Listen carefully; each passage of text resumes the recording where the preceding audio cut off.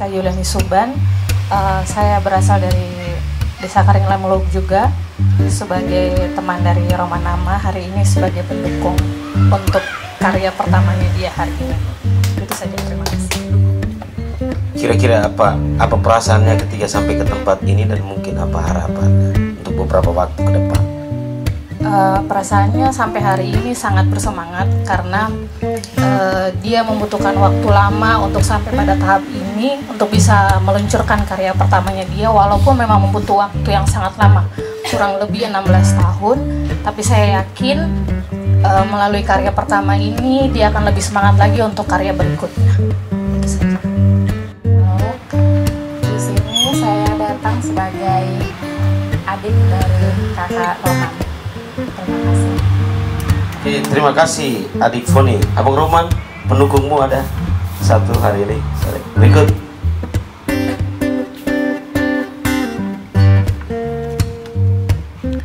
Baik, terima kasih atas kesempatan yang diberikan.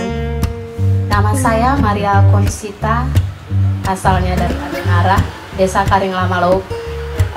Saya datang sebagai adiknya Abang Romanama. Terima kasih atas kesempatan yang diberikan.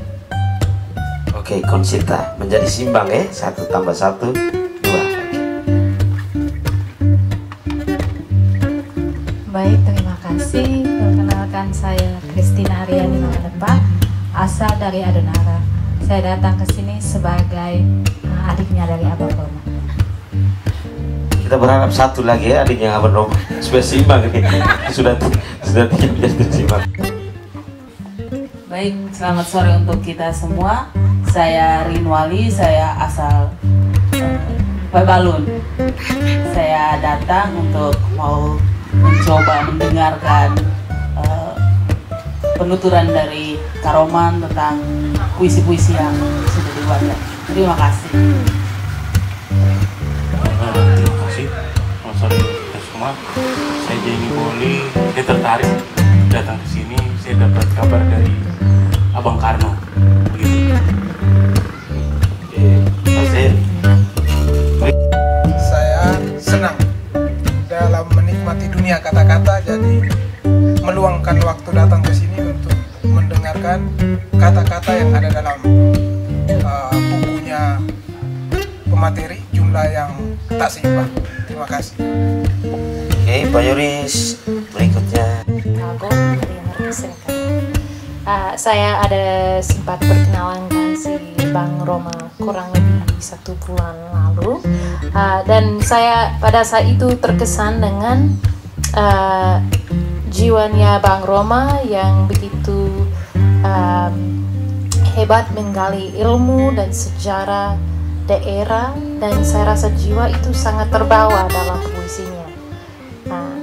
Dan oleh karena itu saya ingin datang ke sini untuk mendukung teman dalam penerbitan karya yang hebat. Selamat sore untuk kita semua. Selamat sore. Hasil Pak Purap dan Pak Dosen dan teman-teman lain yang sudah hadir di sore hari ini di Taman Baca Hutan 46 Waibalung. Saya mengucapkan selamat datang dan mengungkapkan sedikit rasa gembira saya kepada teman-teman sekalian sudah bisa meluangkan waktu hadir di sini untuk mengikuti acara peluncuran ini. Sedikit pembukaan bahwa karya perdana saya ini sebetulnya sudah sangat lama saya nantikan untuk dicetak, diterbitkan, cetak dan diluncurkan. Waktu yang sangat lama ini saya nantikan lumayan lama, sekitar boleh dibilang 17 tahun. Kalau dalam buku yang Pulang Sajak ini 2 tahun tidak disertakan apa-apa di dalam, jadi terhitung 15 tahun.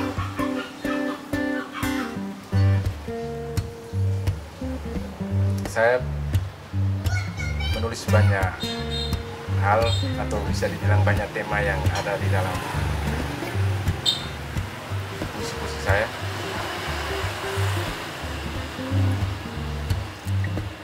Sebenarnya minta maaf saya agak sedikit gugup. Jadi untuk sementara saya mengucapkan terima kasih. Nanti selanjutnya acara berkembang baru dipandu oleh teman Karno atau Pak dosen. Intinya saya mengucapkan banyak terima kasih sudah meluangkan waktu untuk acara ini. Saya kembalikan ke Pak Karno.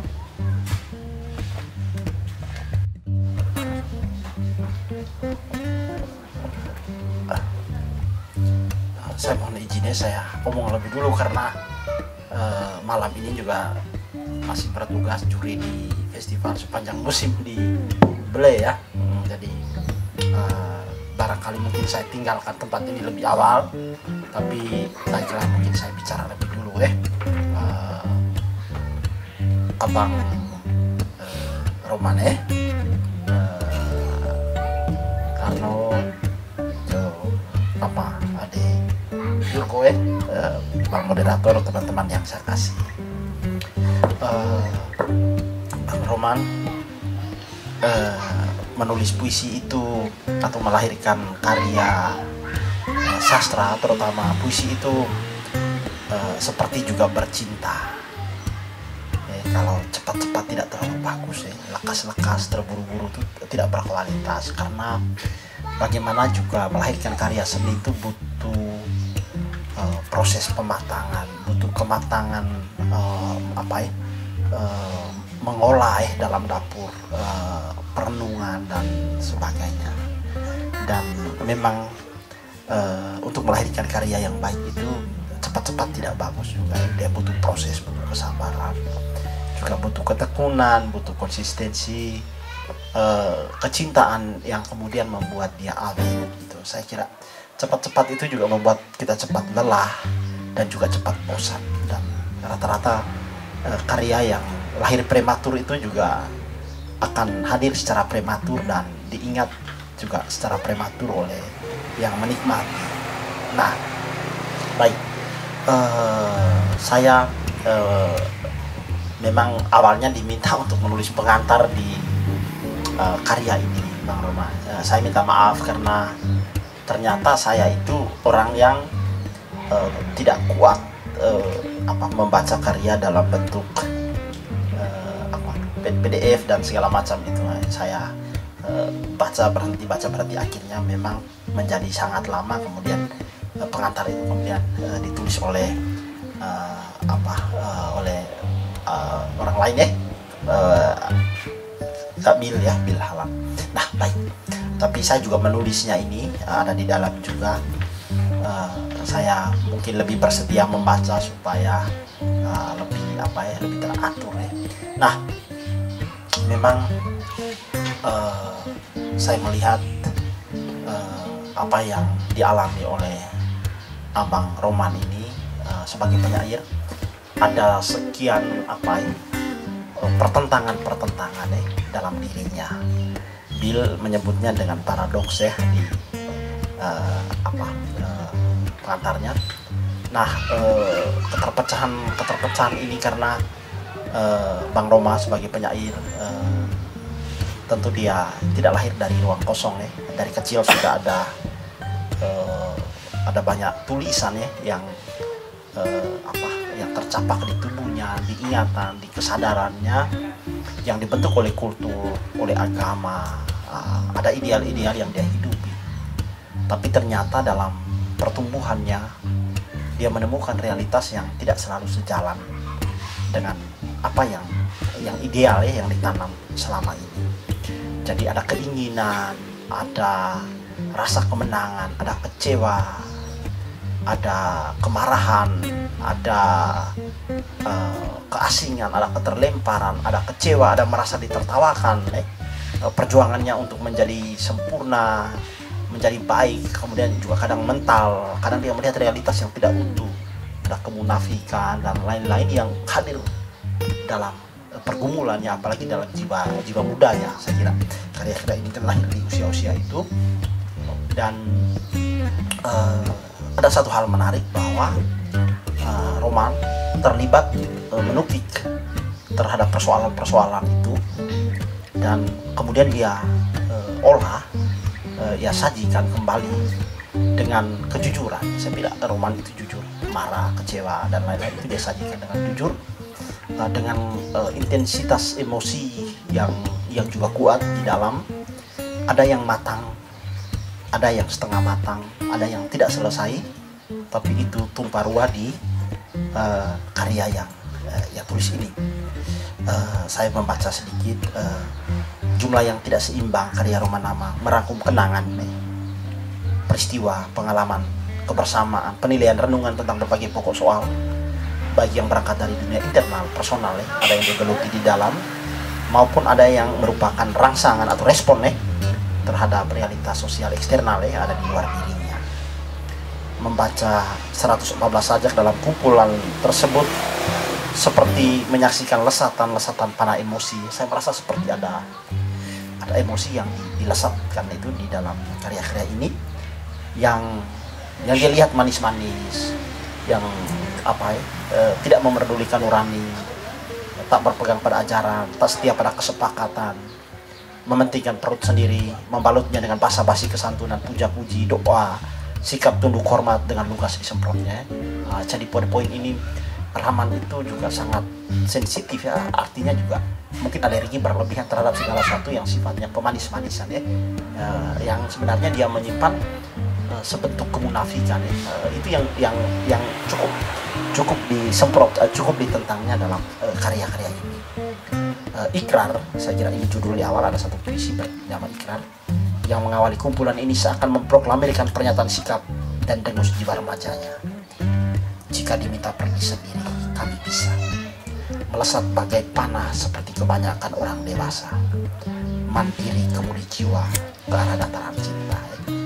Jika diminta pergi sendiri, kami bisa melesat bagai panah seperti kebanyakan orang dewasa. Jadi dia berada pada usia itu, tapi dia menyatakan kalau mau lepas kami juga bisa melesat gitu. Ini teks yang bagi saya menggumpal, yang merupakan pernyataan sikap dan jiwa remaja seorang Roman yang mencari jati dirinya, mencari banyak hal di sana. Tenaga muda membuatnya merasa bisa berdiri tegar tanpa gentar dalam menilai dan menetapkan pilihan sikapnya. Ini berkonsekuensi pada benturan-benturan keinginan ya, karena dia bilang dia bisa itu, kemudian dia mengalami benturan antara keinginan dan realitas yang tak sejalan dengan ideal dan harapan mudanya. Ada serangkaian persoalan yang membuatnya merasa jalan terasa panjang, lelah, dia rasa lelah.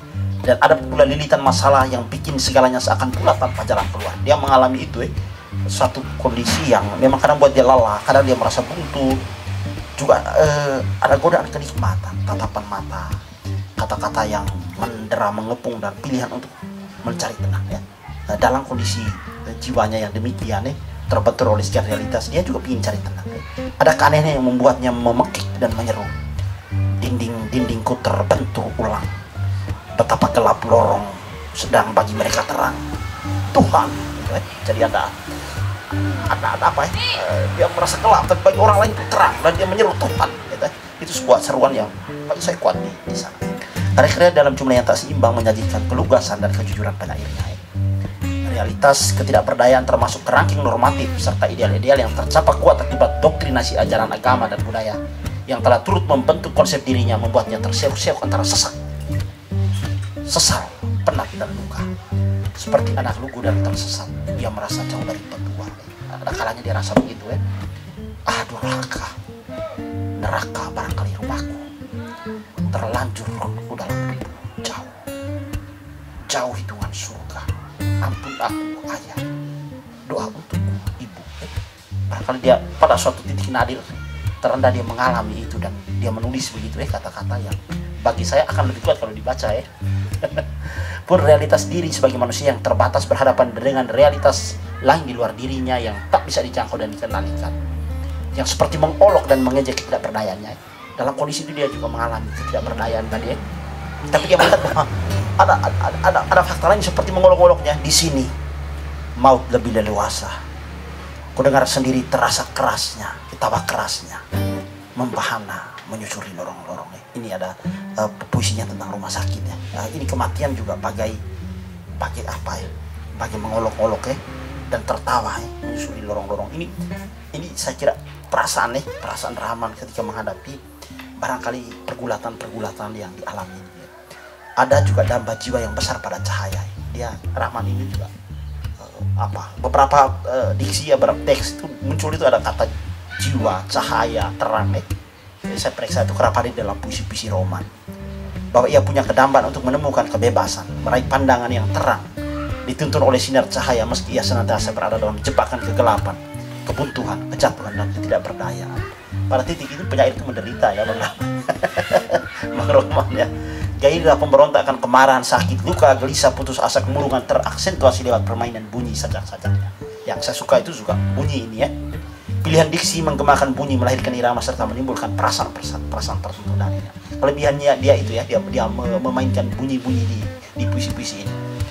Ada letih melilit teramat penat, tambah kesunyian hati yang lekat. Di sini seperti di rimba yang paling asing merengkuk kupucat minta tolong.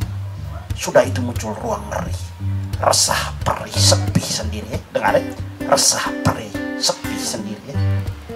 Kombinasi bunyi tak merdu, sengau, parau, memuakkan maupun yang riang, gembira, mesra, walau tak ditemukan secara pekat. Saya melihat memang tidak pekat di puisi ini, tidak semua sama dalam bangunan sajak-sajaknya, namun kerap kita jumpai pada satu, dua, ataupun beberapa lariknya. Misalnya, harus nyalimu terang menyengat, nantang pandanglah dengan akal, simpul tumbanglah pakai budi, itulah jiwa yang menimbang seimbang, itulah jiwa yang menimbang seimbang.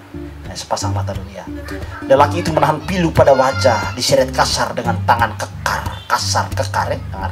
terhempas antara batu dan tanah, lunglai tubuhnya terkapar. Mencermati karya-karya Roman dalam kumpulan ini yang diurutkan berdasarkan perjalanan tahun, ya kan, puisi ini diurutkan berdasarkan perjalanan tahun, saya menemukan produktivitas dan intensitas karya yang justru lebih kuat di 3 tahun awal Bang Roman ya. Dalam karya ini, 3 tahun puisi di 3 tahun awal itu saya rasa kuat. Atau dengan kata lain, tak cukup terbaca pertumbuhan kualitas karya yang signifikan di tahun-tahun selanjutnya. Walaupun di tahun-tahun berikut itu juga eksplorasi tematiknya melebar dan lain-lain, tapi pengucapan puisinya itu saya merasa melemah di tahun-tahun setelahnya. Namun menurut saya ada satu hal yang jadi modal dan kekuatan Roman, yakni pilihan diksi yang lugas serta kemampuan mengolah bunyi dalam sajak-sajaknya.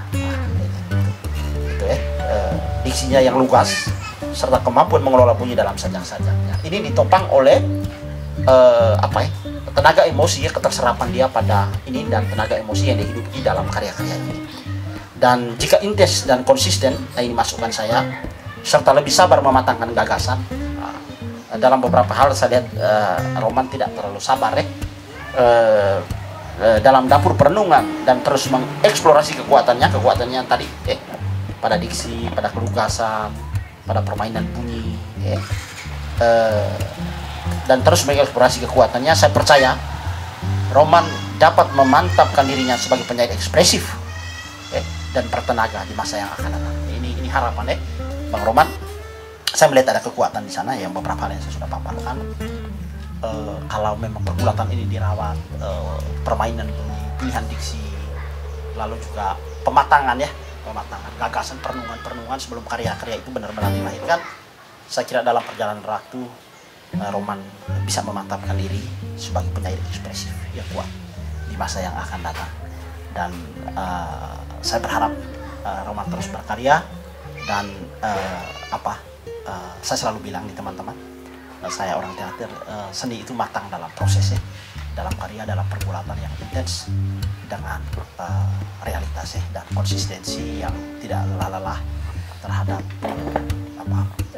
apa yang menjadi pilihan.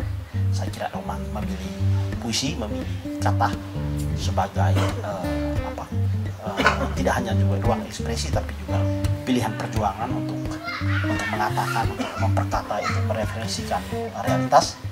Dan saya kira itu membuat karya-karya ini menjadi bermakna dan tentu punya harapan akan masa depan. Saya kira ini hanya sebuah awal ya, dan semoga terus tumbuh dan berkembang menjadi penyair yang kuat, dan itu membesarkan hati kita semua. Itu saya. Terima kasih Pak Sil, kita beri aplaus juga. Ini catatan-catatan menarik yang diberikan oleh Pak Sil ini terkhusus untuk karya Bang Roman. Satu hal yang ingin saya petik di sini bahwa untuk menjadi matang itu dia butuh proses dan butuh waktu. Dalam bukunya Retorika, Pater Hendrik Dori Wuwur, dia menulis bahwa seorang penyair itu selain dia dilahirkan, dia juga dibentuk. Itu artinya ada proses yang berkesinambungan dalam waktu tertentu, tetapi tidak serta-merta terjadi. Abang Roman sudah membuktikan itu dengan kurun waktu yang cukup, bahkan juga dalam hitungan kalau belasan tahun itu lama bagi kita, tetapi dari karya yang dihasilkan tentu menjadi hal yang luar biasa. Terima kasih Abang Sil. Saya kira sebelum kita masuk ke pemantik kita yang kedua, saya mau beri satu kesempatan kepada salah satu peserta kita untuk coba mau menghantar kita ke dalam satu suasana yang lebih dalam lagi untuk bagaimana kita boleh menjiwai karya sastra, puisi maupun sajak. Langsung saja Pak Z, tempat dan kesempatan saya persilakan.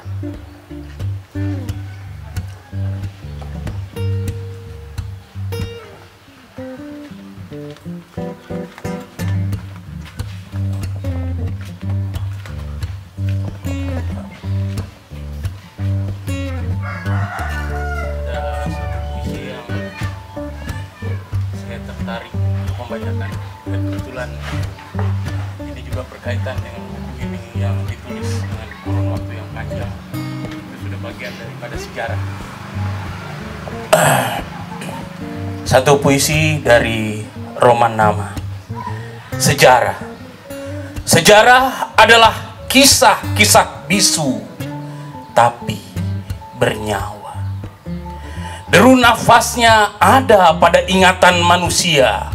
Sejarah adalah jiwa-jiwa tidur tapi berjaga, telinganya menangkap segala panggilan suara. Sejarah adalah buku tulisan lapuk tapi rapuh, tapi rapi terkatup. Sebab urai lembaran penuh masa lalu. Sejarah adalah sinar yang tenggelam tapi tak mati. Kan datang fajar, sangat panas, dan kembali redup. Kupang, 15 Juli 2013. Terima kasih. Terima kasih penyair Roman Nama. Saya hanya memberi gambaran umum terkait dengan buku ini. Ketika Pak Carolus Laruntukan berikan saya buku antologi puisi dengan judul Jumlah yang Tak Seimbang, saya jadi bertanya-tanya.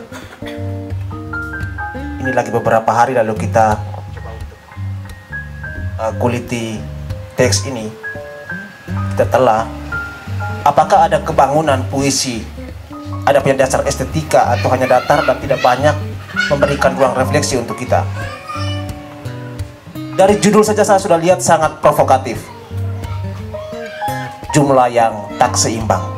Artinya pembaca ingin sekali mengetahui apa sih maksud dari isi lambung pemikiran sang penulis ini. Kenapa dia memilih judul Jumlah yang Tak Seimbang? Kenapa tidak judul lain? Begitu. Lalu lebih tepatnya kita bilang, sihir apa yang paling bagus dari penciptaan puisi Jumlah yang Tak Seimbang ini? Apakah dekore, movere, didaktare, atau apa? Kalau kita bilang dekore, artinya puisi itu mampu memberikan sesuatu yang kepada pembaca. Kalau dilektare, apakah puisi ini mampu memberikan kenikmatan melalui unsur estetika? Atau movere, apakah puisi ini mampu menggerakkan kreativitas dari seorang pembaca? Jadi orang tidak hanya baca, tetapi ketika dia baca dia bisa berpikir lagi. Oh, teks ini seperti apa begitu? Dan ketika teks sudah sampai ke tangan saya, maka saya ingat salah satu filsuf namanya Roland Barthes.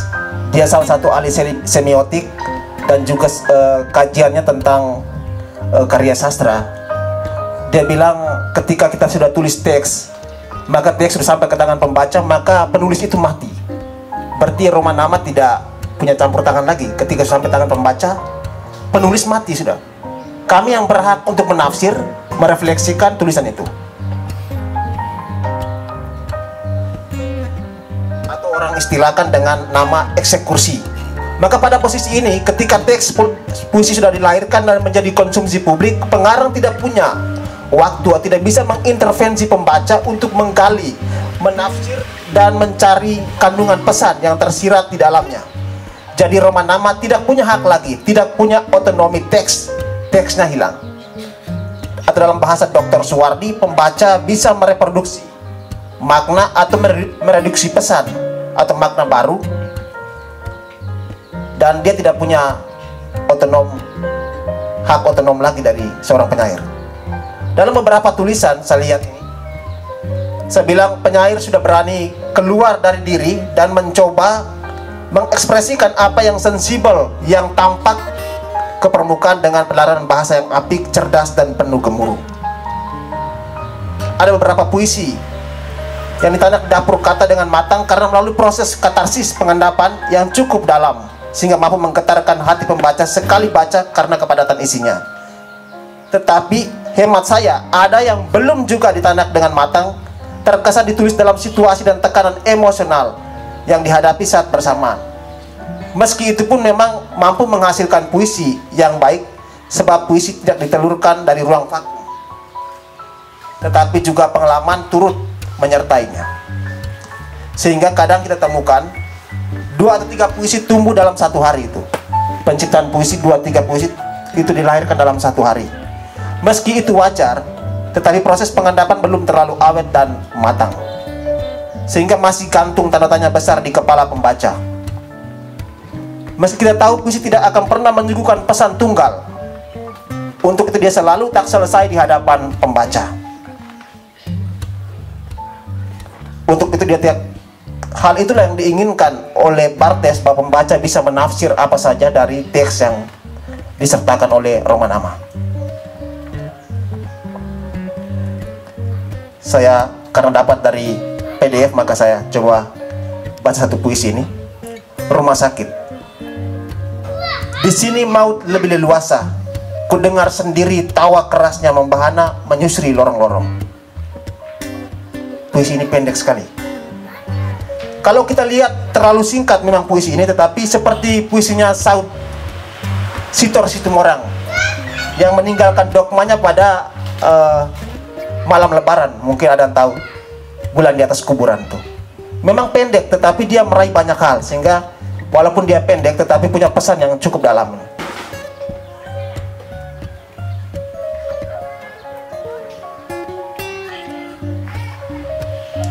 Kalau saya membacakan puisi ini, terlepas dari otonomi penulis, maka saya coba gali sedikit pesan bahwa ada kekhawatiran penulis, untuk mendatangi rumah sakit. Rumah sakit yang digambarkan sebagai tempat orang mencari kehidupan dan kesembuhan hanyalah sebuah utopi. Yang ada hanyalah bayang-bayang kematian yang siap menjemput orang. Rumah adalah simbol kehidupan dan sakit adalah simbol penderitaan. Di sini kita bisa tarik bahwa penulis tahu menempatkan 2 tanda sebenarnya, yakni kehidupan dan penderitaan dalam kehidupan manusia sendiri. Salah satu puisi yang saya baca tetapi saya tidak puas dan temukan idenya, yakni puisi Peluk Iblis di dalamnya, Pak Roma Nama. Bagi saya belum begitu kaya karena ada yang gantung dan belum selesai.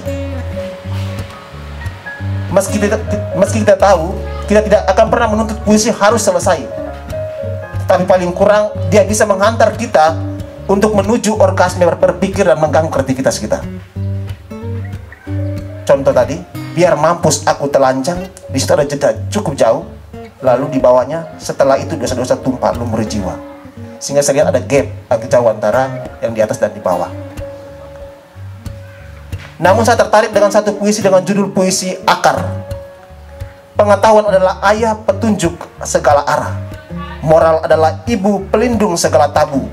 Jadi apa dunia bila petunjuk pelindung pun tidak punya? Puisi ini bagus sekali. Puisi ini menggambarkan kedalaman pesan bahwa orang harus kembali ke akar budaya, kembali kepada orang tua, kembali ke ibu dan ayah. Kalau bahasa daerah orang bilang kayo dino puken wai juga dino matan. Artinya semua berasal dari satu sumber, punya asal masing-masing. Dan penyair Roman Nama memang sangat produktif menciptakan puisi di tahun 2014. Kalau saya lihat ada 21 puisi. Beberapa judul puisi yang ditulis penyair temanya sangat matematis, maka tadi saya kira dia lulusan matematika, ternyata fisik. Contoh judulnya jumlah tak seimbang, tak kenal gravitasi, gelombang, simetri cerah dan mendung, cair dan padat kepada bentuk lain. Sangat matematis. Maka saya omong secara umum puisi-puisi yang ditulis oleh penyair Roman Nama berkaitan dengan tema-tema matematis dan tendensi ke arah permainan bahasa, karena ada beberapa yang diulang-ulang.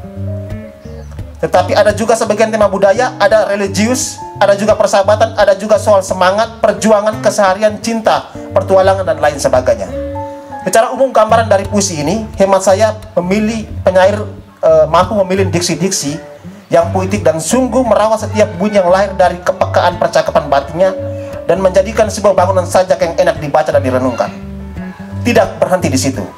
Roman Nama mampu membangkitkan energi kata-kata yang terkesan tidur serta mampu menghidupkan peristiwa harian yang biasa, rileks, dan menuturkannya dalam bahasa yang indah dan menggugah.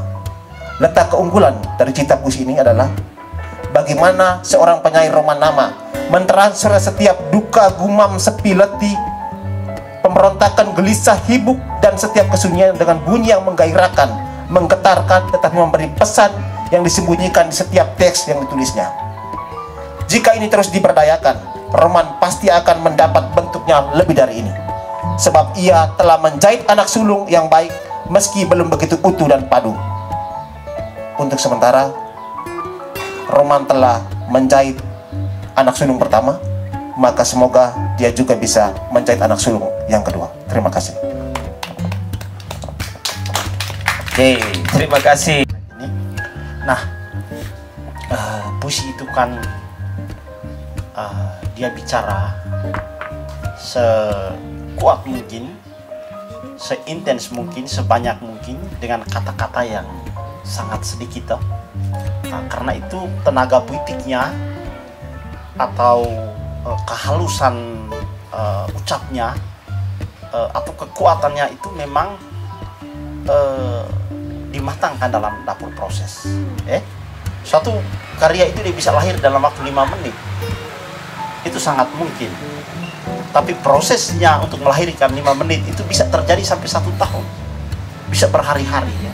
Karena sebenarnya kan karya yang bagus itu adalah perpaduan yang sempurna, lesap itu antara pergulatan gagasan dan olahan emosi, sehingga dia punya apa? Kalau kematangan itu kan dia lahir lebih bening ya, diproses lebih bagus, macam arak gitu ya.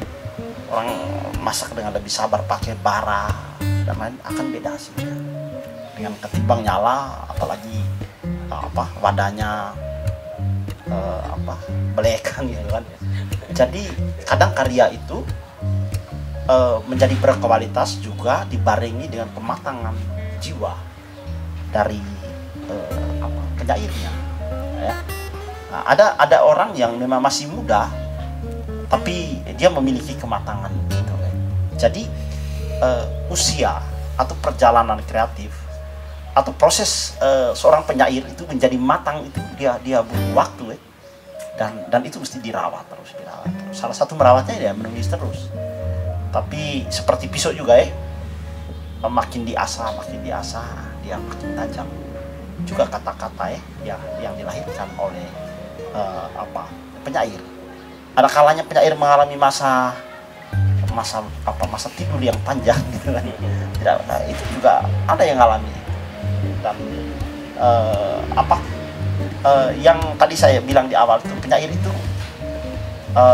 kadang tampak menarik ya, tapi sebenarnya juga dia menderita ya.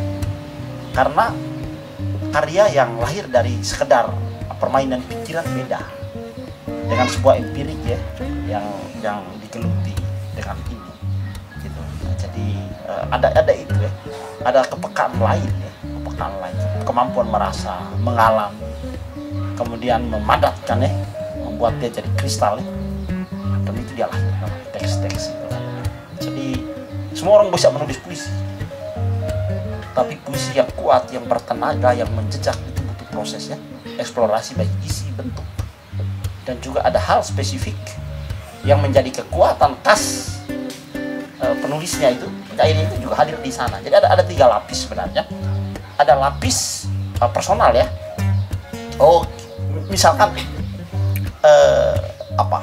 kalau kita bikin lomba ya, tanpa menulis roman nama, kalau orang biasa membaca, orang bisa rasa, oh ini roman nama, gitu. Misalnya ya. Lalu ada wilayah yang lebih luas, itu irisan budaya ya, roman yang orang Adonara, ya, orang Karing Lama Laut ya, besar dalam kultur Lama Holot ya, sekolah di Kupang, itu irisan kultur ya, yang turut mempengaruhi sebuah karya. Dan yang terakhir itu sebenarnya kalau 2 hal itu sudah dilampaui, dia akan sampai pada karya-karya yang abadi, ya, universal itu. Sudah sekian lama tapi masih menjejak gitu kan. Nah, ini proses kreatif ya, yang lazim, yang biasa. Untuk sampai ke sana tentu semua orang butuh proses ya, dan intensitas.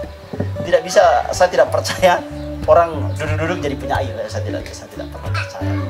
Dia butuh menderita juga sih, mengelola skala pertentangan dalam dirinya, skala yang ideal dan yang tidak ideal, realitas buruk, situasi yang tidak enak dan lain-lain.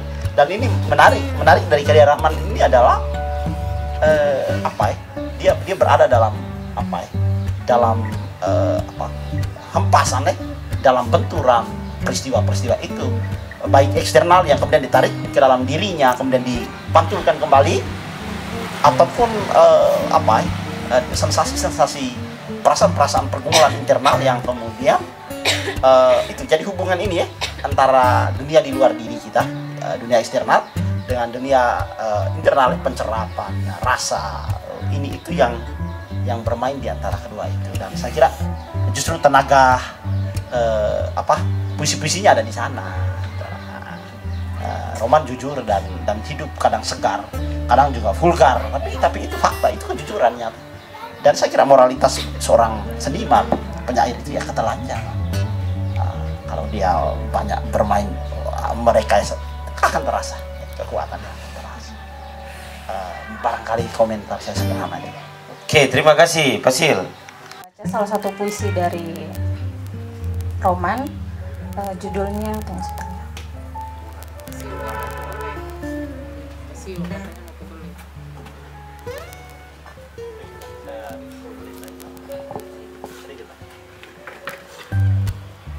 Datang dan pergi. Aku memandang bentuk setengah bulan sabit di atas bukit dan 2 cerita yang berangsur kabur. Kau di mana? Ada sorak-sorai lampu dan galuh lagu, orang-orang bicarakan pesta. Tutup tahun nuansa dahsyat kembang api. Kau di mana?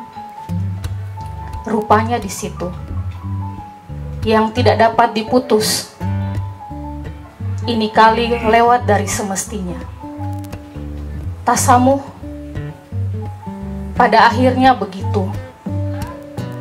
Kecintaan mengandaikan rasa manis dan perih, datang dan pergi. Pola-pola biasa dari perasaan manusia. Sebuah diagram kutemukan di langit, di antara awan yang mengandung air, dan 1 bintang terang berjarak dekat sekali dengan bulan. Adonara, 31 Desember 2020 oleh Roman.